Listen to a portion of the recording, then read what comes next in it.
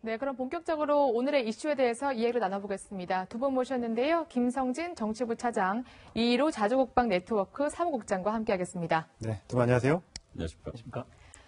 네, 지금 기자가 전했듯이 도널드 트럼프 미국 대통령이 첫 유엔 총회 기조연설에서 북한에 대해서 굉장히 강도 높은 발언을 했습니다. 그 발언, 실제 발언 모습부터 보고 이야기를 나눠보겠습니다. The United States has great strength and patience. But if it is forced to defend itself or its allies, we will have no choice but to totally destroy North Korea. Rocket Man is on a suicide mission for himself and for his regime. 네, 트럼프 대통령의 발언이 굉장히 강도가 높으네요. 자살 행위라는 얘기도 했고요. 완전히 파괴할 것이다.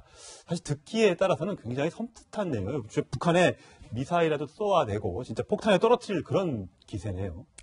네, 말씀하신 것처럼 저 내용 발언 수위도 수위지만 발을 한 장소에 대해서 주목할 필요가 있습니다. 네. 앞서서 화염과 분노라는 표현도 썼긴 했지만 그거는 미국 국민들을 대상으로 한 연설이었습니다. 그렇죠. 그래서 이번에는 유엔 총회, 세계 각국의 120개국 나라가 모여 있는 장소, 그리고 주로 평화와 화합을 얘기하는 장소에서 아주 공개적으로 특정 국가를 파괴하겠다라고 얘기를 했습니다. 그리고 이 자세 자체가 지금 슈퍼파워라는 미국에서 한 얘기이기 때문에 다른 국가들이 받아들일 어떤 경고성, 그리고 대북 제재에 대해서 압박하는 효과가 있어서 우리가 하는 거에 대해서 분명히 무력 시위를 할 수 있다라는 경고를 한 셈이기 때문에 그에 따른 파괴력은 상당하다 이렇게 보시면 될 것 같습니다. 그렇죠. 기존까지는 미국민 대상으로 말씀하신 것처럼 얘기했다면 지금은 전 세계를 대상으로 한 건데 지금 사실 이 상황이라면 북한 미사일을 쏘고 한 상황에서 오히려 달래는 게 아니라 정말 더 센 발언을 응수를 했단 말이죠. 그러면 북한의 도발 가능성이 훨씬 더 높아지는 거 아닌가요? 네, 그럴 가능성이 충분합니다. 네. 왜냐하면 이번에 트럼프 대통령의 발언이 있고 난 다음에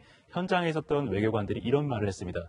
유엔 총회 장소를 빌어서 북한에 대해서 선전포고를 했다. 아, 선전포고. 네, 이런 해석까지 나왔는데요. 실제로 이 트럼프 대통령의 이번 발언은 매티스 국방장관이 불과 이틀 전에 그 서울을 위험에 빠뜨리지 않고도 북한을 제압할 수 있는 군사 옵션이 있다라고 얘기하지 않았습니까? 그렇죠. 이것의 연장선상에서 실제로 미국이 북한을 공격할 수 있다라는 강력한 의지를 드러내 보인 것이라고 말할 수 있습니다. 네, 그래서 이제 궁금한 게 미국의 군사 옵션이 뭐가 있는지, 서울을 중대한 위험에 빠뜨리지 않는, 정말 궁금합니다. 어떤 겁니까?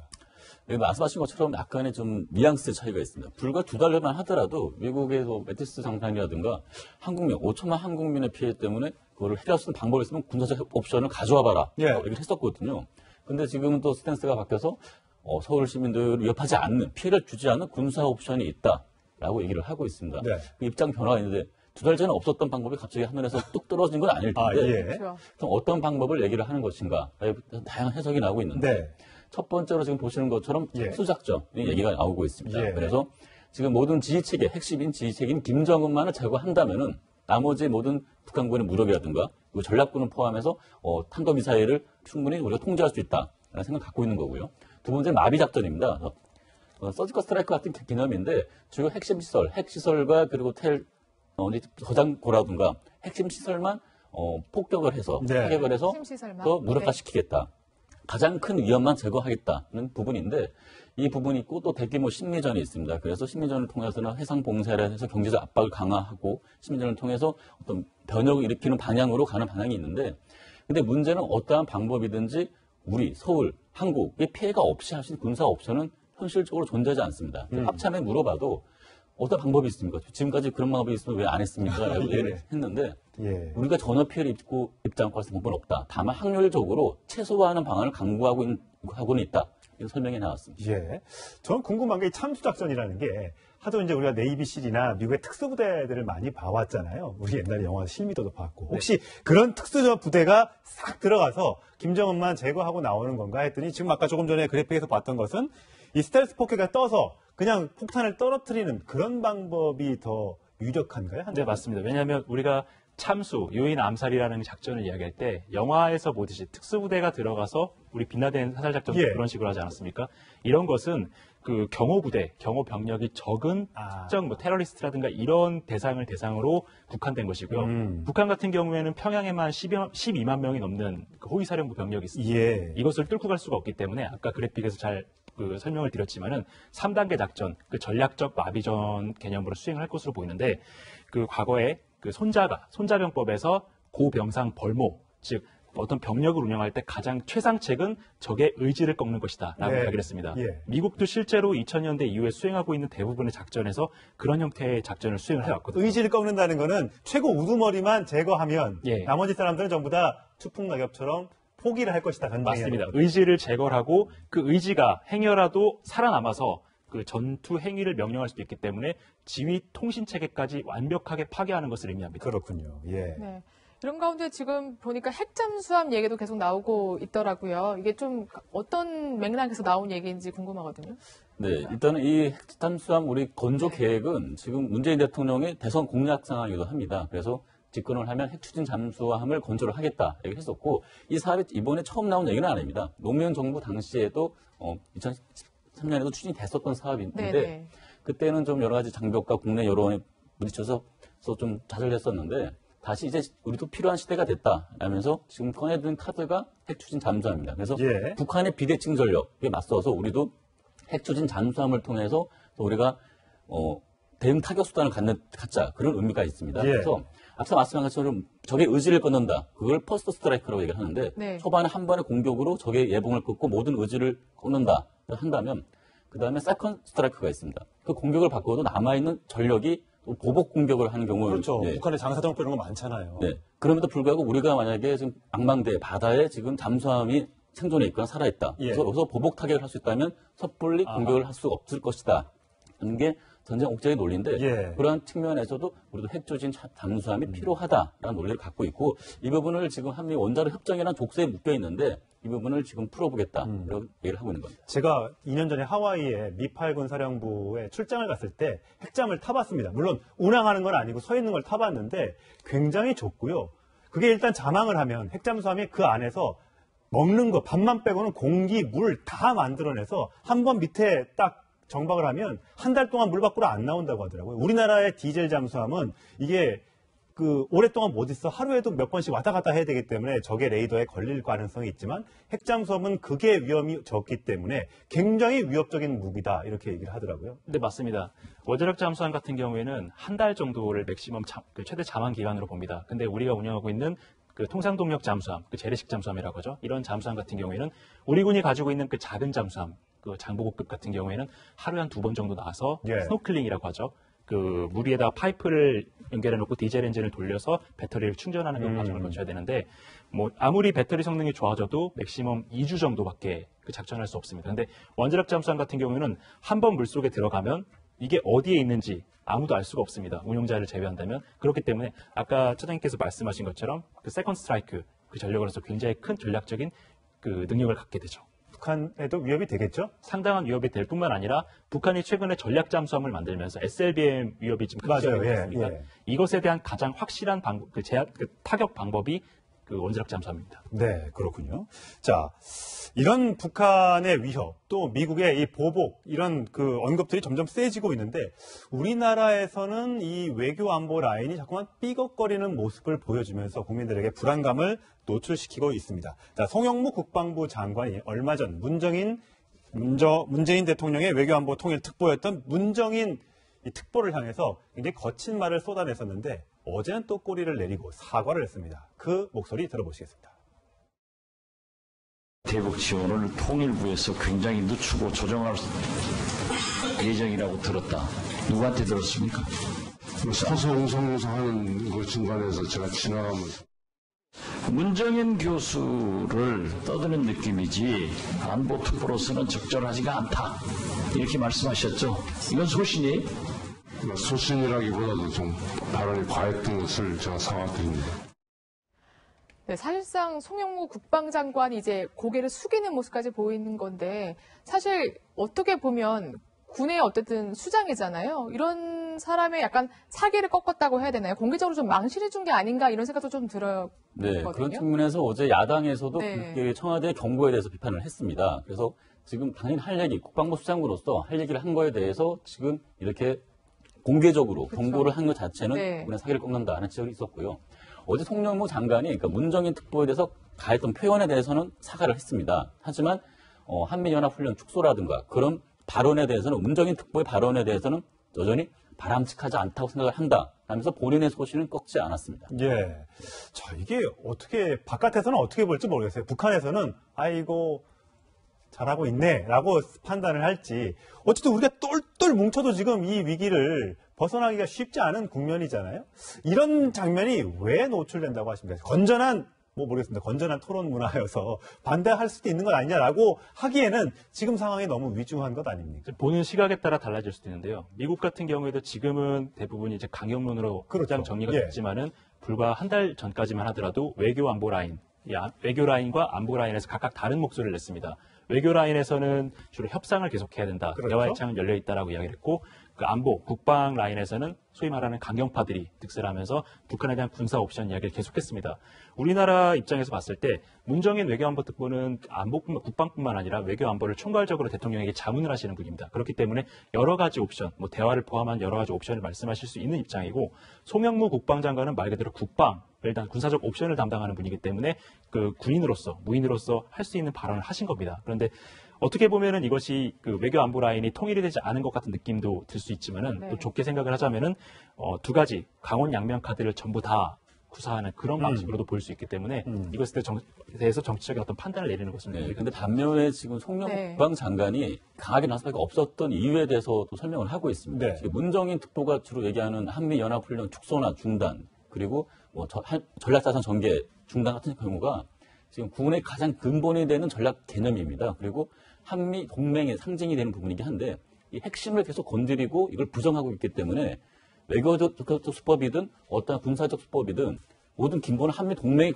근간을 해서 움직이는 솔루션인데 그 자체를 부정하고 있기 때문에 한 번은 브레이크를 걸어야 된다라고 본인이 생각을 했다고 합니다. 그리고 이 부분이 우리 군에서 느끼는 심리적 압박감 상당히 큰 부분이 이 한미 동맹과 연합훈련이었기 때문에 예. 그래서 공개적으로 지지를 했고, 왜 그런 정무적 판단을 하지 않았느냐는 질문에 대해서도 본인이 그 정도 연륜이면 다 정무적 판단을 한다. 작심 비판을 한 것이다. 는 그렇게 얘기를 나오고 있습니다. 근데 그렇다면 청와대도 문정인 특보를 사실상 감쌀 게 아니라 또 예전에 문 대통령이 자유로운 토론을 우리는 허락하겠다라고 했는데 정작 지금 와서는 송영무 장관에게 어쨌든 약간의 주의를 줬단 말이죠. 조금 이해가 되지는 않는 것 같아요. 그러니까 조금 말이 네. 앞뒤가 안 맞는 부분이 분명히 있는 예. 거고요. 네. 어제 그 엄중 경고, 공개적인 경고에 대해서도 조금 오히려 정무적 판단을 못한 건 청와대가 아니냐라는 얘기를 하고 있습니다. 예. 굳이 공개적으로 했어야 했느냐, 아니면 직접적으로 전화 통화를 한다거나 비공식적인 경고를 줄 수도 있는 부분인데 그쵸. 이렇게 공개적으로 하면서 대외적으로는 문재인 대통령이 문정인 특보의 손을 들어준 셈이 된 겁니다. 그래서 미국이 봤을 때 지금 군사 옵션, 흔히 얘기해서 강경파의 매파인 송영무 장관보다 대화파원인 비둘기파고 친북 성향인 문정인 특보의 손을 들어줌으로 인해서 지금 문재인 대통령의 지금 대북 정책의 속내는 압박보다는 대화에 있구나라고 충분히 인식시켜줄 그런 의심의 여지를 줬다는 점에서 오히려 예. 정무적 판단을 잘못한 건 청와대가 아니냐는 지적도 나오고 있습니다. 그렇군요. 그래서 이게 야당에서는 사실 예전에 청문회 당시만 해도 송영무 장관 절대 깜이 아니라고 엄청나게 비판을 했는데 이제 보수 야당이 송영무 장관의 편을 들고 나섰습니다. 직접 들어보시겠습니다. 60만 대한민국 국군의 수장인 국방부 장관은 공개 망신을 주고 문정인 특보를 감사하는 모습이 문정인 특보가 문재인 대통령의 상황이라도 된다는 것입니까?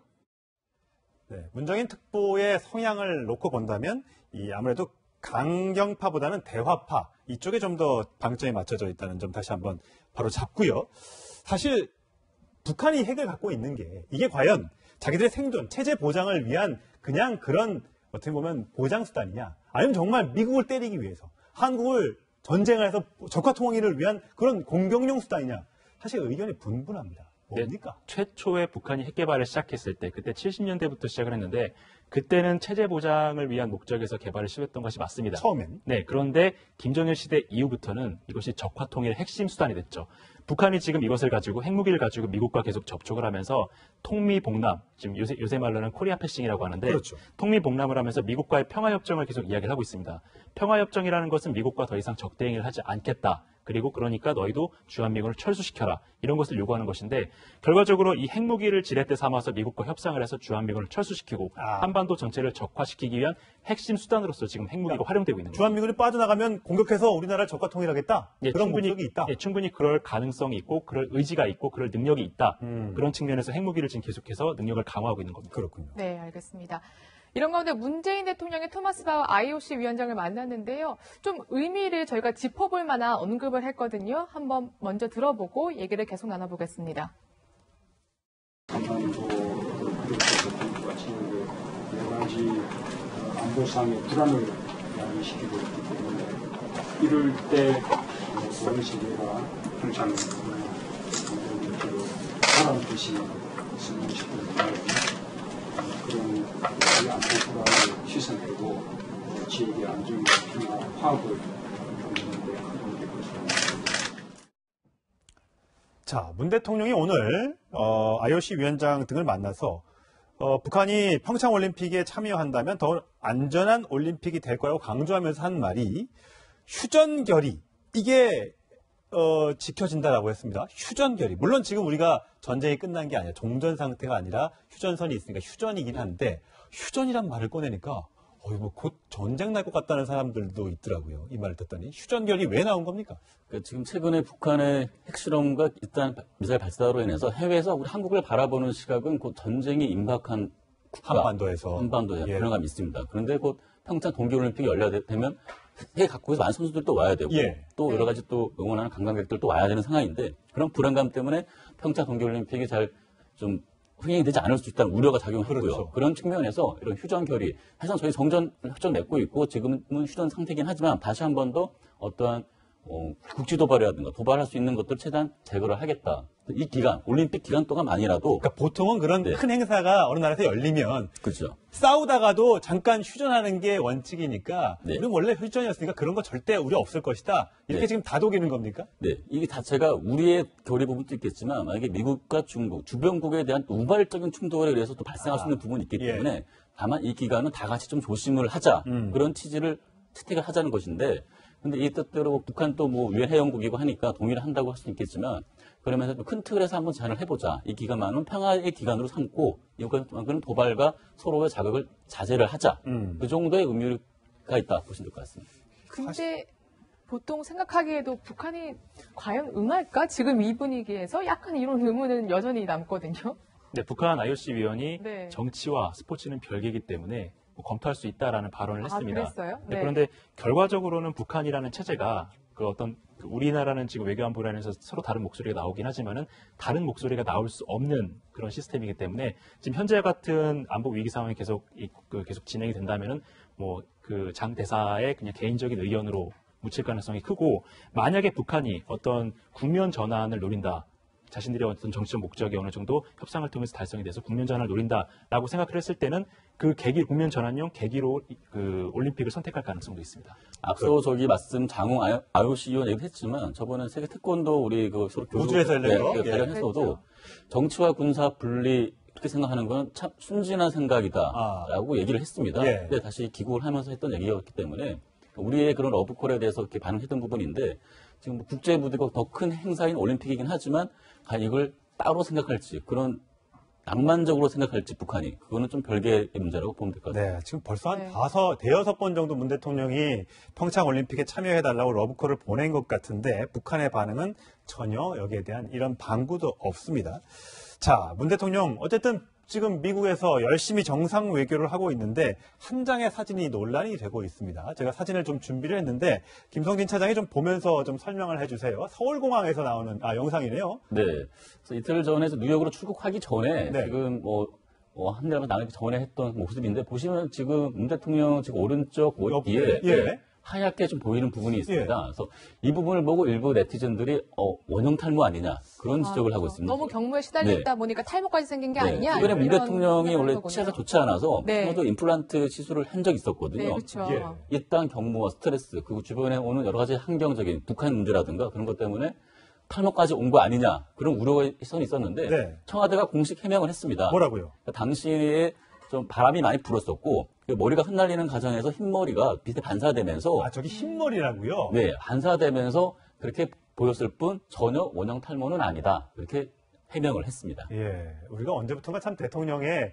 이 건강 굉장히 중요하게 생각하는 부분인데 저렇게 원형 탈모까지 걸릴 정도라고 생각했으면 이제 대통령 지지자들은 굉장히 안타까운 마음을 가졌을 것 같습니다. 저런 모습이 물론 뭐 비치는 것이 인간적일지는 모르겠습니다만 하여튼 안보가 위급한 상황에서 문재인 대통령의 건강은 좀 잘 좀 챙겼으면 좋겠다는 생각이 좀 듭니다.